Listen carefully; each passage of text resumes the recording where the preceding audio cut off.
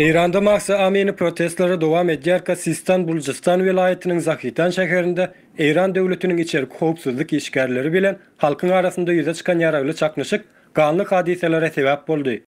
Polisiýanyň işgär tarapyndan 15 ýaşly gyýjagy jinsy taýdan zorlamçylyga itermegi yerli ýaşaýjylaryň gadaplanmagyna sebäp boldy.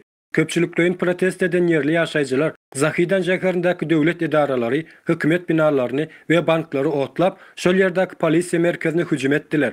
Wakanyň dowamında polisiýa işgärleri meydança ýygnanşan protestçilere ýaragly atyş edýärler we halk tarapyndan hem atyş eden polisiýa işgärlerine ýaragly gaýtawl berilýär. Bu ýerdäki çaknyşykda 19 adamyň ölendigi we 15 adamyň yaralanandygy aýdylýar. Ölenleriň içinde şol ýerdäki Antogullugynyň serkerdesi Ali Musawiniň hem bardygy aýdylýar. İran döwlet telewizionyasy bu wakany halk tarapyndan terrorçylykly hüjüm diýip häsiýetlendirdi.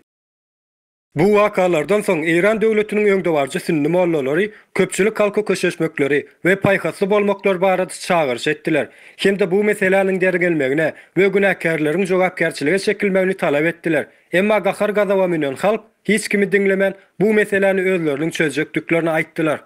İrandaky köpçüliklerin dowam edýän protestler İrandaky ahlak polisiýasynyň ortadan aýrylmagyna, ýagny güýjüniň ýitirilmegine sebäp boldy. Mundan başga da bu protestler İran hökümetiniň olaryň taýýarlap goýan planlarynyň we maksatlarynyň düýbüne getirdi.